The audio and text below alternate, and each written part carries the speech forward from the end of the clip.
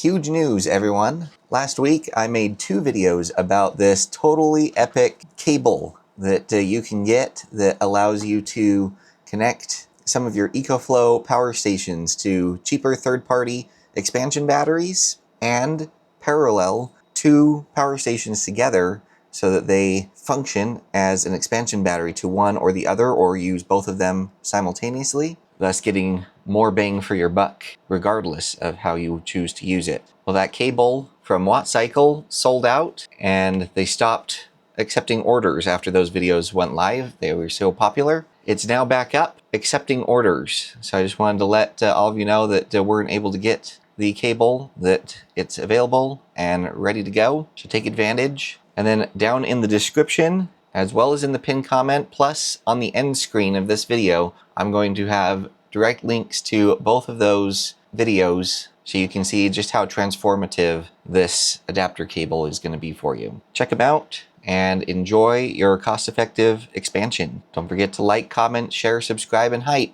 You're especially going to like to see what I've got coming up using this cable. I've got so many cool hacks that this opens up that you haven't even seen yet. So be excited for those. Stay safe, and we'll catch y'all next time.